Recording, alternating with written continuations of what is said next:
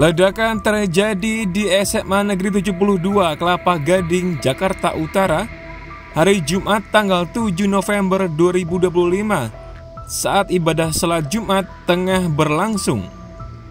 Pada saat kejadian di hari tersebut, sebanyak 54 orang menjadi korban dan terluka karena ledakan itu. Mereka adalah siswa kelas 10, kelas 11, guru, dan pegawai sekolah. Berdasarkan keterangan saksi, terdengar suara dentuman sebanyak 3 kali dalam jeda waktu yang berdekatan. Insiden ledakan terjadi pada saat khatib akan menyelesaikan khotbahnya. Begitu ledakan terjadi, jemaah di dalam masjid langsung berlarian menyelamatkan diri. Ledakan kedengaran. Sekitar jam berapa, Pak? Jam 12. Ada berapa orang kalau tidak salah? Waduh, yang korban nggak tahu karena banyak tadi ya, yang ada ke rumah sakit itu. Jadi kejadian itu pas sholat Jumat? Pas sholat Jumat, jam 12, pas komat jam 12. Jam 12 kok. Habis mau sholat, pas mau sholat. Tapi apakah sudah tahu dari pandangan Bapak sendiri itu melihat ledakan itu dari mana? Justru saya paling depan, nggak tahu itu paling depan karena saya duduknya paling depan. Gitu. Jadi nggak tahu pas meledakannya di mana gitu. Kalau udah keluar semua, langsung pada ini karena ketakutan gitu. Polisi menyebut terduga pelaku tidak terhubung dengan jaringan teror tertentu dan beraksi sendirian dalam peledakan tersebut. Adapun yang bersangkutan statusnya ditetapkan sebagai ABH atau anak berhadapan dengan hukum. Tanggal 7 November tahun 2025, sekitar pukul 12.00 WIB, telah terjadi ledakan di lingkungan SMA Negeri 72 Jakarta Utara saat pelaksanaan ibadah sholat Jumat. Akibat peristiwa tersebut, puluhan orang mengalami luka-luka. Berdasarkan hasil penyelidikan, sementara anak yang berkonflik dengan hukum atau yang disingkat ABH yang terlibat dalam ledakan tersebut diketahui merupakan seorang siswa SMA aktif yang bertindak secara mandiri dan tidak terhubung dengan jaringan teror tertentu. Akibat dari ledakan itu, kebanyakan korban mengalami luka dan gangguan pendengaran. Sebab ditemukan material paku dari sumber ledakan di SMA Negeri 72 tersebut. Bahkan ABH tersebut juga mengalami luka terkena bahan peledak.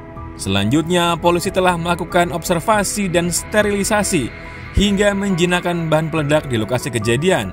Sehingga disimpulkan bahwa ABH tersebut meletakkan 7 bom di tempat kejadian perkara. Maka dapat kami simpulkan bahwa total di TKP kami temukan 7 buah bom dengan rincian sebagai berikut. Di TKP 1 itu 2 bom sudah meledak dengan aktivasi receiver yang dikendalikan dengan remote control, yang remote-nya kami temukan di Taman Baca. Kemudian di TKP kedua ditemukan 2 bom sumbu bakar dengan casing pipa 3/4 inci, kondisi sudah meledak namun tidak sempurna atau low order sehingga hanya tutupnya saja yang hancur. Nah, ini berkesesuaian juga dengan terduga ada bagian tubuhnya yang luka di sana. Kemudian 2 bom sumbu bakar dengan casing pipa logam 3/4 inci, kondisi masih aktif. Dan 1 buah bom sumbu bakar dengan casing kaleng minuman merek Coca-Cola juga kondisi masih aktif. Jadi dari 7, 4 yang meledak, 3 yang masih aktif sudah kita amankan di Markas Gegana Satuan Brimob Polda Metro Jaya. Diketahui berdasarkan pemeriksaan dari pihak kepolisian, di kediaman ABH tersebut ditemukan bahan-bahan peledak dengan kekuatan rendah. Adapun bahan peledak tersebut yang digunakan untuk membuat kegaduhan di SMA Negeri 72. Gerak-gerik anak yang berhadapan dengan hukum tersebut juga dijelaskan oleh pihak kepolisian bagaimana ia beraktivitas dari sebelum hingga selesainya kejadian. Dijelaskan pula bahwa terdapat konten negatif yang kerap dilihat oleh ABH tersebut. Terdaftar atau yang tercatat di dalam DVR tersebut adalah UTC 07, sementara real time-nya adalah kurang daripada 5 menit. Jadi nanti kami akan jelaskan di dalam perkembangannya. Jadi yang pertama mungkin bisa dilihat tampilan gambar di depan di layar. Ini dimulai ketika anak yang berkonflik dengan hukum. Ini mohon maaf tidak untuk disalahgunakan secara gambar, tetapi supaya rekan-rekan media paham dan mengerti apa yang terjadi sebenarnya pada saat itu.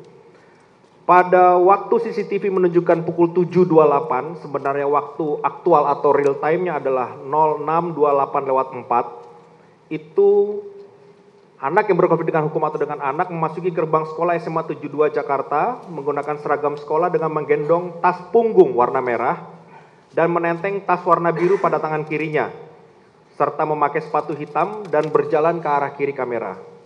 Yang kemudian yang kedua, melintas terekam dalam channel A02 di ruang seni, itu waktu real time-nya adalah 06.28, itu ABH sendiri menuju koridor ruang kepala sekolah. Lanjut, terekam dengan channel 11 di depan ruang kepala sekolah, ABH ini masih berpapasan dengan seorang wanita. Ini yang kami duga adalah guru dari sekolah tersebut, masih bertegur sapa. Dan selanjutnya adalah ketika melewati lorong lantai 1 timur 2 yang terekam dengan channel 30, anak tersebut melintas mengenakan tas punggung warna merah tanpa alas kaki, celana luar. Jadi ini sudah menginjak waktu 11.43 real time-nya, berarti menjelang pelaksanaan kegiatan ibadah pada saat itu. Kemudian di tampak bagian dalam ada celana berwarna hitam yang tersembul atau terlihat dari luar lebih sedikit, dan dia menuju ke arah tempat ibadah masjid. Dan ini juga menjadi titik awal ketika kita masuk di channel 06 di depan masjid. Jadi channel A06 di depan masjid itu hanya ada satu CCTV yang mengcover. Itu anak memasuki masjid menggunakan seragam sekolah dengan membawa tas merah. Jadi membawa tas merah masuk ke dalam. Kemudian masih terlihat juga yang bersangkutan memantau situasi di dalam dan di luar. Jadi saat itu sedang berdiri saja di dekat tiang, masih tercover oleh kamera yang ada. Lanjut, pada waktu CCTV 12.44 atau waktu real time-nya 11.44.15, masih di channel 30, itu dilihat bahwa anak tersebut memasuki pintu masjid di bagian depan. Nah, ini sudah tidak tercover lagi pada saat itu.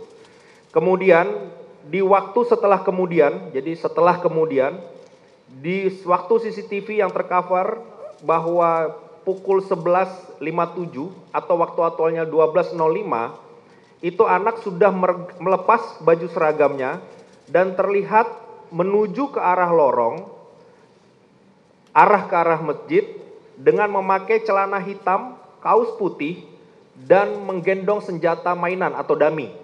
Jadi terlihat di CCTV. Kemudian arah tangannya mengarahkan ke arah masjid. Nah, ini nanti temuannya mungkin akan dibahas oleh Pak Dirkrim karena tadi sebelumnya sudah dipastikan oleh dari tim Jibom bahwa menemukan ada peralatan pengendali atau remote. Kemudian pada waktu aktual 12.05.51 tercover dari channel 06 depan masjid bahwa terlihat cahaya warna merah keluar dari dalam masjid disertai ledakan dan mengeluarkan asap berwarna putih. Selanjutnya kembali di channel 30 lorong lantai 1 timur 2, ABH setelah mengadakan kegiatan yang tadi itu berlari menjauhi masjid, tampak pintu ruangan terbuka diduga akibat adanya ledakan. Dan selanjutnya kami langsung loncat terakhir bahwa pada pukul 12.00 lewat 2.058 itu para siswa berlari berhamburan meninggalkan masjid ke arah kamera. Sementara itu terungkap fakta bahwa ABH tersebut menceritakan kondisinya kepada polisi. Ia selama ini merasa dibelenggu oleh kesendirian, baik dari sisi keluarga dan selama berada di lingkungan sekolah. Dari beberapa keterangan saksi yang disampaikan, kemudian alat bukti yang kami peroleh dan hasil dari Laboratorium Kriminal Forensik Polri, terdapat dugaan ada perbuatan melawan hukum yang patut diduga melanggar norma hukum sebagaimana diatur dalam pasal 80 ayat 2 junto 76C Undang-Undang Perlindungan Anak maupun pasal 355 KUHP dan pasal 187 KUHP serta pasal 1 ayat 1 Undang-Undang Darurat Republik Indonesia. Sampai dengan saat ini kami terus melakukan pengembangan terhadap temuan-temuan dalam proses penyidikan tersebut. Lalu kemudian ada hal yang menarik juga di dalam proses penyidikan yang kami peroleh dari hasil penggalian keterangan maupun petunjuk-petunjuk yang ada, bahwa yang bersangkutan anak berkonflik dengan hukum ini terdapat dorongan untuk melakukan peristiwa hukum tersebut. Dorongannya di mana yang bersangkutan merasa sendiri, kemudian merasa tidak ada yang menjadi tempat untuk menyampaikan keluh kesahnya, baik itu di lingkungan keluarga, kemudian di lingkungannya itu sendiri maupun di lingkungan sekolah. Ini yang menjadi perhatian kami juga bersama dengan KPAI untuk menyikapi hal tersebut. Dampak dari ledakan tersebut sebanyak 96 orang menjadi korban, dengan rincian 67 luka ringan dan 26 mengalami luka sedang, lalu 3 lainnya mengalami luka berat. Di sisi lain, ABH tersebut juga mengalami dekompresi kepala dan telah menjalani operasi tulang kepala. 1 orang masih di ICU dan kemudian sisanya dirawat inap. Kondisi yang dirawat inap berangsur mulai membaik. Di ICU kondisinya memang masih cukup parah dan serius, jadi belum bisa pindah ke ruang ranap biasa. Saat ini penanganannya dilakukan secara multidisipliner. Ini meliputi dokter anestesi konsultan intensive care, ini sebagai kaptennya. Kami juga mulai melakukan asesmen lebih mendalam, jadi 3 hari pertama itu fokusnya adalah untuk menyelamatkan jiwa. Namun sekarang masuk ke dalam membahas masalah potensi kecacatan. Saya ingin merevisi ini karena sebelumnya dikatakan masalah gangguan pendengaran itu sekitar 75%, tapi ternyata lebih dari 90% ada gangguan pada pendengaran. Adalah karena trauma akustik ya, akibat suara yang dahsyat yang keluar dari sana. Berkaca pada kasus tersebut, Komisi Perlindungan Anak atau KPAI menegaskan bahwa anak-anak perlu mendapatkan pengawasan dan pendampingan baik di dunia nyata maupun di dunia maya. Anak-anak tentu membutuhkan adanya support yang kuat dari semua yang berada di lingkungan terdekatnya, terutama tentu keluarga, orang tua, dan juga termasuk lingkungan terdekat di satuan pendidikan.